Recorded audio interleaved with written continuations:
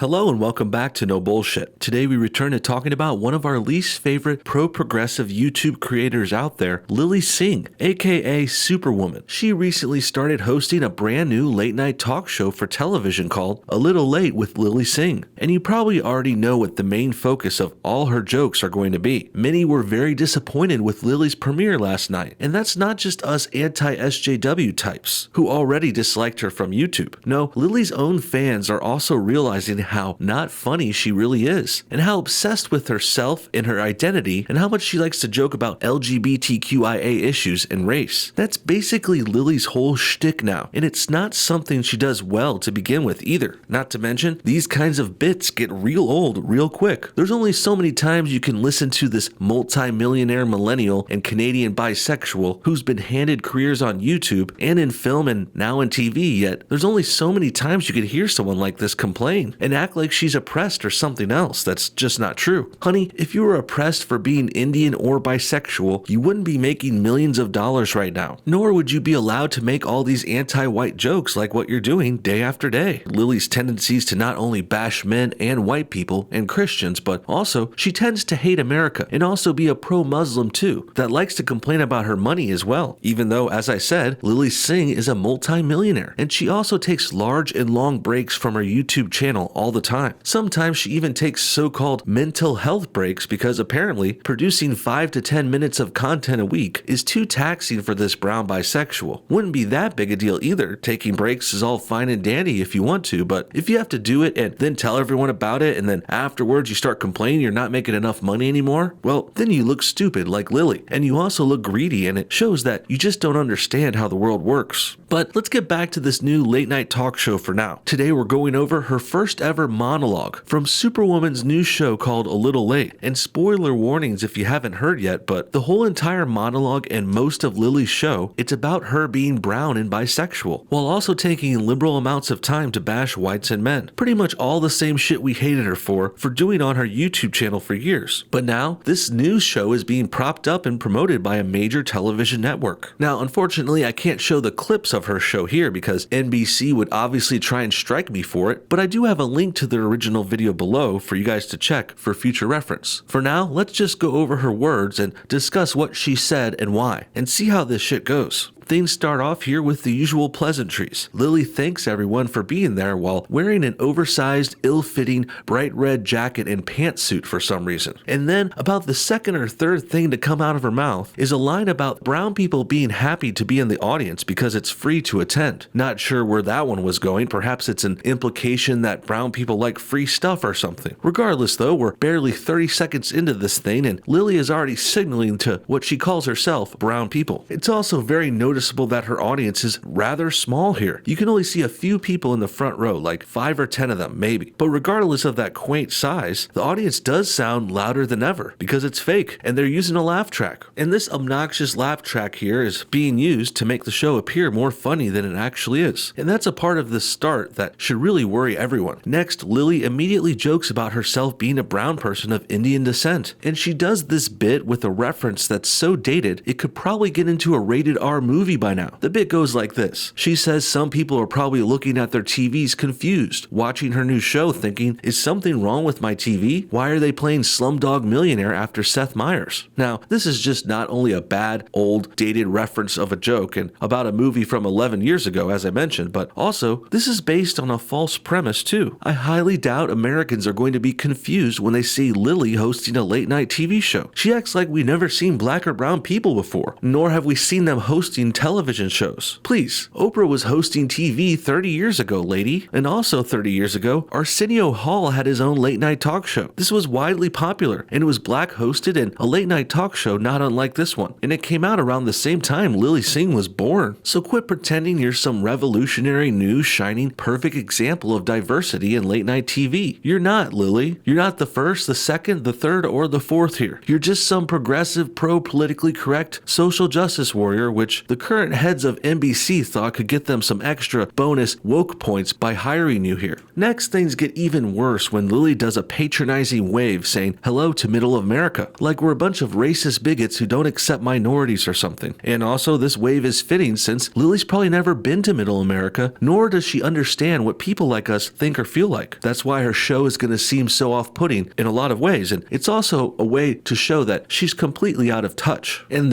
here's where things get really ironic, next Lilly complains about the media constantly labeling her as a bisexual woman of color, even though of course this is what she labels herself all the time. Lily's whole shtick is about being brown and bisexual. Never mind the fact that neither of those groups are actually oppressed in America right now, but Lilly is a radical SJW, so in order to get victim points with her woke crowd, she has to not only stress the fact that she's brown, but also she likes to pretend she's a bisexual, even though as far as we know, she's never even publicly dated a woman in her lifetime. Basically, Lilly is a sort of college bisexual, meaning she made out with a chick one time 5 years ago, so now she likes to pretend she's part of the LGBTQIA alphabet people community, even though she's really not. And how dare Lilly chastise the news and media in any way whatsoever? They're in your bag. They're backing you up so hard here. And not only that, they're also just using the descriptors that Lilly always calls herself. So for Lilly to complain about the mainstream media, who has always been pro-woke and pro-Lilly and in her pocket and on her side since day one, well, that seems rather hypocritical and ungrateful, and frankly, it's bad form. Everyone in the media, every writer and article, all they have done is promote Lilly Singh and helped prop her up and make her into a bigger star than she really should be. But regardless of that, she's still not happy, and she still criticizes the press, who is only repeating the obnoxious label that she uses for herself constantly anyway. I guess even Lilly realizes how over the top it is for her to call herself a bisexual woman of color, so this is her kind of way to backpedal. Now she's pretending that she didn't come up with that term for herself at all, essentially rewriting her own online history just as her TV career is about to begin. Pretty convenient, and a classic historically revisionist way for liberals to act. Next, Lilly even says she's more than just a bisexual woman of color, following that up with a joke about the NBC TV station's logo looking like a rainbow LGBTQ flag. Talk about trying to pander to the alphabet people. Can this chick get any more woke or cringy here? We're only 1 minute into her new show, by the way, and I have to ask, is there really anything more to Lilly than that? She seems to be this sort of token brown alphabet friendly woman who was hired for that reason and that reason only, if you ask me. Well, there is one more thing Lilly does actually have to offer. Believe it or not, and I'm actually going to give her a compliment here, I do actually think Lilly Singh is very attractive. She can even be pretty damn sexy at sometimes too, but this premiere for her late night show is not one of those cases, unfortunately. Not to comment on her looks too much, but damn, why is she wearing an oversized pantsuit with sneakers, and why does she have dreadlocks in her hair? Lilly could have easily won me and many other male viewers over if she at least tried to look pretty and somewhat feminine. Now, I know a lot of people are going to call me sexist for pointing this out, but I just can't help myself. And just look at her here. It's like Lily's trying to not be attractive. Perhaps she's trying to look like some sort of brown bisexual version of Ellen or something here, but I'm just not into this. And knowing that deep down, underneath all this woke lesbian looking attire, well, since we know for a fact that all this BS actually hides a good looking hot woman underneath it, well, that makes this dressing down here even worse. Accentuate your positive features, lady. Nothing wrong with making yourself look at least a little bit pretty, but instead, Lilly has opted to dress like this, and it's pretty disappointing. Next, Lilly goes on to thank the black or brown role models who influenced her and paved the way for her to be here on this late night show. Pretty self-indulgent and a bit overly dramatic, but hey, let's see who she's got to mention here. Her first thank you goes to the almost no-name actress Mindy Kaling, whose big claim to fame was being a minor character and part-time writer on The Office, which of course ended over 6 years ago. Since then, Mindy has had middling success in her own shitty career with her own shitty TV shows, and she even appeared on the all-girl reboot